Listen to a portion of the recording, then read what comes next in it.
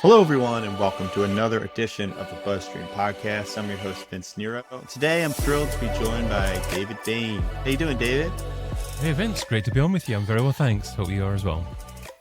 Yeah, so for people who don't know, David is an author, is a podcast producer, content marketing expert in the field. He's the founder of Casting Cred, which is where you might know him from. It's a UK-based content agency that specializes in things like podcasts, video shows, and books. He runs the podcast for Majestic, actually, called SEO in 2025, which is where I came across him. I was actually a guest on the podcast.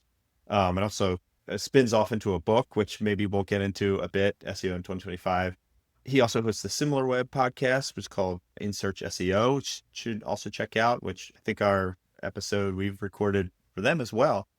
Sometime soon will be coming out by the time I think this goes live. But today we're going to be talking all about content marketing. I think content marketing these days, it's interesting from my perspective. You know, I worked at a quote unquote content marketing agency, and that the term has kind of changed, I feel like, throughout the years. And now, even when I compare the UK to the US. So we're going to get into all that. But before we do, I just want to remind people to like, subscribe, interact with this stuff, share the podcast with your colleagues. The more we can get this stuff out and more, views, watches, and interaction, the more I can have great guests like David on. So, David, first thing I want to kind of set the stage with is, I hinted at this, but what does content marketing, the term, mean to you in 2025? Sure, yeah. To me, it's all about the user. And it's about meeting the user with the right content at the right time where the user happens to be. I think if you go back, my background's in SEO as well as content marketing. And if you go back 10 plus years ago, it all used to be about targeting the right keyword phrase, driving the user to your website, and then educating them, perhaps actually taking them through the funnel on your website. Nowadays, the user invents their own funnel. They decide what they want to do. So you have to decide what stage you're targeting the user at and ensuring that the right piece of content meets them at the right time. Yeah, I mean, so are you you hinted at this idea of the user kind of creates their own funnels these days, right? Like there are so many more entry points to your website and your brand than there were in 2015, 2016, whatever. Is it the kind of thing where you are creating endpoints that you are hoping users can get into, or are you creating just a massive amount of funnels, like, hey, if they come in on social, we're going to try to get them to here, which we're going to get them to here if they come in on YouTube and what have you? How do you think about these new frameworks? So you definitely want to create a singular endpoint, but you want to have multiple entrance points. So it could be the case where the user discovers you somewhere else, discovers you through a big piece of content published somewhere else, and perhaps they forget about you after that. But because the piece of content was so wonderful, when they're ready to do business with a brand like yours, they remember yours, they start researching you somewhere else. They ask questions perhaps on Google or in another search engine online or in social media. Then they discover another piece of content and they get driven subtly towards your core product-centric content after that. So if you have these 3 or 4 at least different entrance points, then hopefully you're going to capture that user that forgets about you or isn't quite in the right frame of mind to purchase from you. Yeah, and I want to dig into some more of these kind of entrance points, but I also want to ask, things like SEO and digital PR, those kind of being the two biggest buzzwords. I mean, I guess kind of AIO, GEO, whatever you want to call it, the AI version of SEO. How do they overlap with content marketing? Do you see them as Well, separate things, or are they part of the whole? I think I largely see them as channels. There are, to a certain degree, also, you can describe them as forms of communication, but to a certain degree, they're opportunities for people to discover your brand through.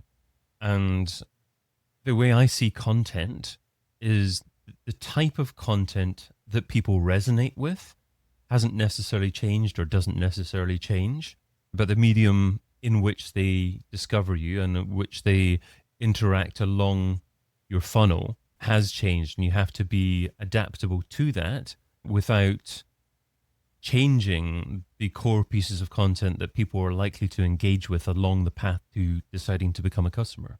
All right, I want to ask you a few kind of specific one-offs in terms of how you categorize these things in your head too, just to really solidify the term here. So things like email marketing, is that part of content? It's a communications channel. Obviously, you can use email as a form of content. The three initial types of content that I would look at would be Hero Hub and Help content.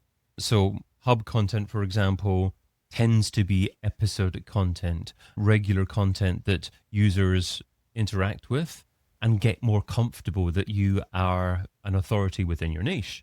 Now, some brands choose to use email as a way of demonstrating that authority and keeping that interaction going. And you can do things like deliver a wonderful tip or regular email newsletters as a means of doing that. Obviously, there are different other ways that you can use email as well. But yeah, email can be used as that form of content. Yeah, and I want to get into kind of your 6H framework and the 3H's that you mentioned, and because you did this great course on LinkedIn about content marketing. But yeah, I mean, I think the thing that kind of trips me up personally sometimes is like, I'm the director of content marketing for BuzzStream, right? So like understanding what should fit. I mean, it's a very small company, right? We don't have a lot of people. So pretty much everything marketing wise falls under me, content marketing wise. So it's like we have our email marketing, email newsletter that I do, the podcast, this podcast, videos, blog posts, social, right? Like there's Mhm. almost like a community management aspect to the social that I'm doing as well. So I mean, is it just the kind of thing where when people think about this and understanding content marketing, it sounds like there are really no hard and fast boundaries. It's really kind of what works best for your business. Uh, Absolutely. But it's starting with the customer in mind, the customer journey in mind as well. And I remember a long time ago, back in 2007, I delivered my first in person seminar that I called the 13 Pillars of Internet Marketing at the time. And to me, then there were 13 core opportunities in internet marketing that brands could focus on. And I evolved this concept into something that I called the 26-week digital marketing plan. And the third iteration of that ended up being 24 hours long. 24 hours of me recording videos, just sharing everything that I knew in forms of digital marketing. I think that was back in about 2014 or so. And after I did that, I thought I cannot do that again. That's enough. So I came to the conclusion that no, trying to share everything about every tactic that you could potentially use online is perhaps even a fool's errand. It's not something that you can actively consider to do everything. So I ended up doing a lot more training, face to face training, and slowly evolving into acknowledging that what I needed was a model, something that was relatively simple, but something that I could use to apply different tactics onto, because different brands would use different tactics, and not every channel is right for every single brand. So rather than start with the channels, I think I would encourage people to start off with A, the customer journey, B, mapping content to that customer journey, and then C, taking the channels and then mapping the most specific channels to the piece of content and deciding how you want to drive traffic after you've decided on the content that you're going to have that's most relevant for your users. Yeah. So let's get a little bit more into now this 6H content framework. Like I said, did this great course. It's available on LinkedIn. It's just B2B content marketing, right? That's the title Yeah. I think it's a foundation of content marketing for B2B brands. for B2B brands. So you mentioned a few kind of the three main pillars, right? The types of content. Let's get into that, and then I want to build out into the kind of 6H content framework. Yeah, sounds good. Sounds good. So the way I started off, that maybe I alluded to, was I wanted to develop this model that I could use at the center of different courses that I was delivering. And there are different funnels, marketing funnels, but generally they boil down to awareness, consideration, conversion, loyalty, advocacy, and people moved through that type of funnel in order to actually hit the point, hit the sales type material, become a customer. And like that as a starting point. But I thought there also needed to be more of a circular approach. So, as well as having a funnel, I actually tacked on what I called the pump. So, building what I call the pump and funnel marketing model. And the customers would go through the awareness, consideration, conversion, but then they'd hit the bottom of the funnel, what I call the lake of loyalty. And then through that, the pump would drive advocacy, and the advocates would help to drive new customers. And in order to have such a funnel, I think it became quite obvious that I needed this content marketing framework to apply to different stages, or at least different types of content to apply to a different stage, and that those different types of content would become a framework. So I did some searching online for different types of content frameworks, content models that were available. And this was probably about 10 years ago or so. And the most common one seemed to be the 3H content marketing framework. And that was used by YouTube and Google at the time. And that was Hero, Hub, and Help content. Originally Hero, Hub, and Hygiene content. And hero content, massive, incredible pieces of memorable content, things like epic films published on YouTube that people remember and associate with a brand, maybe a big, hefty book, just something really special that a brand can publish. Hub content is more episodic content, like a podcast, like a video show, or it could be a course, or as we mentioned earlier on, it could even be some kind of email autoresponder as well. And then help content, answering very specific queries. And that's actually really good in the age of AI as well. You want to be very specific about the types of queries that you answer. And if you can do that and publish that effectively in the right way in your website, you're more likely to appear high in search engines and different LLMs for those types of questions. But in applying those three types of content to the pump and funnel model that I came up with initially, I thought, okay, the hero content, that maps to the awareness stage, the discovery of what a brand is and what it represents.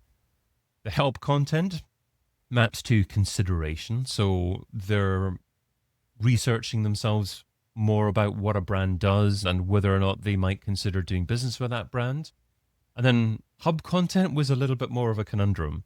And I eventually positioned the hub content outside of the funnel. You've got your regular content, your podcasts, your regular YouTube series that talk about a topic that resonates with your target market, but doesn't directly talk about your products and services. So to me, what happens is someone discovers you through your hero content. If they're interested, they do some more research, they find your help content. But then if they're not quite ready to do business with you, they hop outside of the funnel, and you want to keep them aware that you actually still exist as a brand. So that one of the ways to remind them that you still exist is to offer a podcast and video series. And that's where I think that type of content sits. But of course, it doesn't apply to every stage of the funnel. You've got the conversion, the loyalty, the advocacy type stages. So I racked my brains and I thought, okay, what types of content could apply to those other three stages? And of course, it had to be three more H's as well. So the other H's I came up with was heart content, the heart of what a business offers. So that's the product-centric or service-centric content that really describes what a business does. In order to write that type of content or publish that type of content, I love using Simon Sinek's start with why, like why this piece of content should appeal to you as an individual, as opposed to describing what you do. So that why, how, what sequence in terms of writing heart content. Then you get down to what I call the lake of loyalty, happy content, how to turn a new customer into a happy customer, how to turn a customer into someone that's perhaps going to bounce and not stay very long, into to someone that's really content with that particular brand. And then finally, human content, the sixth H, turn a happy customer into an advocate and get them hopefully recommending your brand to the future. So hopefully that wasn't too long-winded answer to your question there, Vince. No, but I do. It makes me think nowadays, like how if that has changed, like in the advent of AI, right? Like it seems to me that people are kind of coming to your business or businesses more educated, right? They're more informed on what the business does, and they come to a website more ready to buy, right? They're further down the funnel. Yeah. So do any of these H's at this point, like again, like in AI, the AI era, are these any of these H's more important than others, or does it kind of stay the same to you? I think the level of importance depends on the stage of the buyer journey. If they have experienced your brand quite a bit, maybe they're subscribers to your podcast or video series, and they're almost sold on buying, then you want them to be able to discover quite quickly your help content to answer very specific queries before becoming a customer. You just want the whole process to be as fluid and easy as possible to apply to their particular stage in the buyer journey. I don't think different, more modern forms of communication alters the type of content that you need to have to apply to different stages in the buyer journey. I think you need to accept that perhaps you need to communicate on different platforms. It may be the case that on LinkedIn you publish more micro versions of your hub. You perhaps take specific sections from your podcast or video show and publish that on LinkedIn. And maybe if there's a very specific topic there, drive that back to a specific question that you're answering on your website as well. It's obviously important not to treat two customers the same exactly, but I think it's very easy for marketers to get excited by the next shiny thing in terms of technology that customers use. And unless you've got the basics in place of the different forms of content, then it's very difficult to drive people on to the next stage. People are experiencing you on ChatGPT and they've researched you, they know who your brand are and slash is, then the customer still needs to perhaps do more research into the specific products or services that you offer. And unless you have that well established, nicely structured heart content on your web pages that take people through the journey of why what you offer appeals to people like them, then they're less likely, I think, to do business with you in the long run. Yeah, I mean, that makes sense to me. It's like, don't, I think it's easy, like you said, to kind of think of these large the new technologies as upending your entire strategy when really like it's still important to do a lot of these things, but it's just maybe a matter of prioritization and like and kind of mapping and tracking, understanding where customers are interacting with your brand.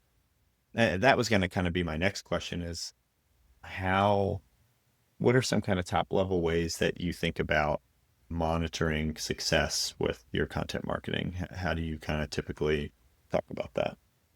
Ideally, you want to be driving people. You mentioned email on, and it's funny, emails existed for decades now, and I think people have discussed email like SEO in that hey, email marketing's dead now. It's all about chat marketing now rather than email. But it's not really the case as long as if you're driving relevant users and you're delivering something hyper relevant. It's a nice step that you can take to to be incremental in the measurement of success. Obviously, you can measure how long people are engaging with different posts. You can talk about brand uplift on things like AI search engines. But unless you get an email opt-in, then it's more challenging to put a specific financial value on the interaction that you're getting on other platforms. And I think that many people struggle to answer that one. And I think the easy answer is to say it depends on the type of business. But ideally, I think most businesses that have relatively long sales cycles should have a touch point like an email opt-in in exchange for delivering a great piece of information that isn't available elsewhere. And then you can track how many people eventually move on to becoming customers. Then you can apply an average sales value to that email opt-in from there. Yeah, yeah, that makes sense. All right, one of the questions I kind of wanted to ask first, but now I think it makes sense to kind of come back now that we kind of understand the framework. Is this idea of just what's working these days for people? What, what have you seen? I mean, again, things have changed, right? The landscape has changed. There are new technologies, but there are probably things that still work very well for people. But I'd love to understand from you, like what trends you're seeing in the SEO content marketing landscape these days. Yeah, you have to position yourself as an authoritative human being nowadays. It's easy to try to take shortcuts. It's easy to want to use AI for too many different things. But I think certainly present day, most users are very able to detect what's likely to be AI and what's not. And if you can demonstrate that you really actually do know what you're talking about and speak in a different way or offer something different compared with what an AI could offer, then you're going to position yourself head and shoulders over the competition. I just bent down a second ago and picked up this book, SEO in 2025. So it's one of the books that I published for a client. That one's majestic. It's a massive, big, chunky volume, 600 pages or so. I publish that every year for them. And that's one way to differentiate what you're doing. So instead of just producing a podcast series or a video series and everything digital, then actually have that piece of physical demonstration of authority that you can pass on to people at different places like industry events. And something like that will position your brand as head and shoulders above other people giving gimmicky plastic toys or other brand items away at these kind of events. The same as if you're on YouTube, are you just live streaming and just hitting publish and not doing anything with your thumbnails at all? Or are you being really intentional and highly professional in the way that you go about editing and producing the content that you offer? I just watched a new YouTube video a couple of days ago. I forget the name of the guy, but it's a guy that has only published 2 videos. And this video was a 50-minute film of what may happen with AI as it evolves over the next 2 years. And it's already had well over 1 million views, and that's the second YouTube video that he's published. And it demonstrates that if you're significantly better than your competitors in terms of the quality that you offer, then they'll see that you're different and they'll stick around. But there are so many people publishing content nowadays. There are more than 2 million podcasts. There are millions and millions of YouTube channels. And so the question is, who are you targeting and what specifically do they want and what can you do that's different compared with the competition out there? And just don't copy everyone else. Do something a little bit different. Yeah, I mean, to me, that like standing out in AI, especially, like that's one of the things I kind of run my content through every time I write something is like, could AI have written this? If yes, what do I need to do to make it my own? Is there our own data? Is there, insight, personal insight, like that sort of thing? But I think having that kind of guiding light that you mentioned there of just what can you do that's unique, that's better, I think that's the way to win. So David, I one of the things I think is really interesting is this idea of like having a framework to work with, right? The pump and funnel, the 6H content framework, just in general, having some type of, plan and strategy, right? With your content. To me, it's, I'd love to hear your thoughts on how you can maintain something like this, a framework, a strategy like this in an industry that right now is shifting so rapidly. I think I purposely tried to develop a model that was resilient to change and utilized the pillars, the types of content that were more likely to continue resonating with people over time. And technology and marketing channels change, but something everlasting like a model that people naturally want to engage with make me more comfortable that it's something that I should retain over the longer term. Obviously, things don't necessarily last forever, but I don't think it's the model that will rapidly change. I think that perhaps once a quarter, it's a good time to sit down and decide, okay, what am I doing in terms of the production of these 6Hs of content? And how can I actually produce different types of content that will result in multiple uses of that piece of content? An easy example is to say, okay, I'm going to record 12 podcast episodes that will also be 12 video episodes as well. And within these podcast episodes, I'm going to be asking very specific questions that I've researched beforehand that I know will target certain phrases that I want to be creating blog posts about that will publish my website, and hopefully AI will pick these up in the future. I'm going to include these sound bites here for social media. I'm going to have these sections that I'll be able to take 1 minute segments from and publish them on LinkedIn or TikTok or whatever social platform you want to publish them on. And then you've got that continual forms of content being produced. And then you can take your marketing, your other elements of your marketing strategy, i.e., the addition of your marketing channels that drive traffic to these different forms of content as soon as they're published, in order to maximize the reach of the content, but also drive people to different stages of your funnel. So, yeah, for me, it's something like the model staying the same, but every quarter sitting down and deciding upon the content that's going to be produced, and hopefully the different forms of content that can evolve from everything that you do. Yeah, I love that answer. I mean, the quarterly review system, I think, is pretty common for a reason.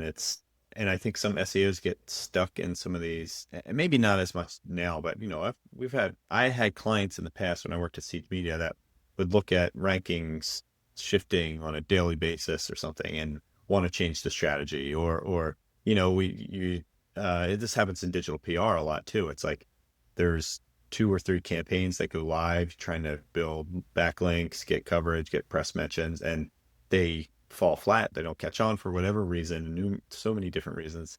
And the client gets skittish and tries to pull the plug already. And you have to kind of have those conversations where it's like, these things take time. We're trying to meet this market that's changing, but you kind of have to stay the course to really truly be able to evaluate what you're doing and the results. So I love that solution there, David. Okay, so to wrap up here, I want to do one thing, ask this one question that I got asked when I was a podcast guest on the Jolly SEO podcast. I thought it was great. I've been trying to incorporate into my podcast. But we talked a lot about content marketing today. We talked about your system, but what didn't I ask you that you think is important? Did I skip anything that you want to talk about? We had a great conversation, but we talked briefly about AI. And obviously, AI is evolving significantly in terms of its capabilities. But I think a good question is perhaps, what role does AI play within your content production process? Because I think that a lot of content marketers use AI quite early on for the research phase, or they build a framework using AI and then develop the piece of content from there. And I think that ideally needs to be more human and thought leader and authority driven, based upon your own unique knowledge, because AI is obviously going to collate what already exists out of there. And I prefer to use my own thoughts or my own brainstorming and not a lot of input from AI at the early stages, but then having a great conversation as part of the podcast and the video shows that I produce, and then perhaps using AI more in the back end to assist with the transcription or the blog post creation from there. And I think that is generally a better use of AI, because what it does is it takes your own individuality, your own personal authority, and perhaps summarizes it succinctly, but it's still your thought leadership as opposed to someone else's thought leadership. Yeah, I love that. I mean, anytime I've ever tried to come up with anything fresh, I think, from the ChatGPT or Gemini, I mean, it's a good brainstorming buddy, but yeah, it's never the same as what you can come up with. So I think that's great advice. David, I want to thank you so much for coming on. People, I think, can find you best on LinkedIn, but Casting Cred, definitely check out David's website, Casting Cred. Is it castingcred.com? Yeah, absolutely. So it's on LinkedIn, searching David Bain. I've got /David Bain is my LinkedIn URL, and castingcred.com is my content production agency URL. Yeah. Yeah, and I will share the link to that content marketing, B2B content marketing LinkedIn course as well. But yeah, keep an eye on all the great stuff David Bain's doing. Like I said, he's the host of the Majestic podcast, the Similar Web. Sure. Exactly, yes. Yeah. the Civil Web podcast. And yeah, David's doing a lot of great stuff out there. He's also got his own podcast he is launching soon. I'll let you quickly plug that if you want. Yeah, sure. I've been podcasting for years, and I think started my first podcast in about 2006. I ran a really popular podcast for a while called Digital Marketing Radio, and then that did really well for me. But then obviously people started reaching out to me, can you do the same kind of thing for us? And got busy and ended up pausing that. But anyway, I'm going to relaunch my own podcast. This one's going to be called The Pump and Funnel Marketing Show. So stay tuned for that one. And if you stay connected with me on LinkedIn or reach out to me at castingcred.com, I'll let you know when it goes live. Yeah, so stay tuned. And like you said, I'll be posting on it, my LinkedIn as well. So again, David, thank you so much. Reminder to listeners and watchers here, like, subscribe, share this stuff with your colleagues. If you have any questions about any of this stuff that we covered today, I'm sure David would be more than happy to answer. If you, send them my way, comment on the YouTube, the LinkedIn, the Spotify, what have you, and I'll make sure they get funneled to David and we can get them answered for you. So again, David, thank you so much for joining, and thank you all so much for listening. Thanks, Vince. Cheers.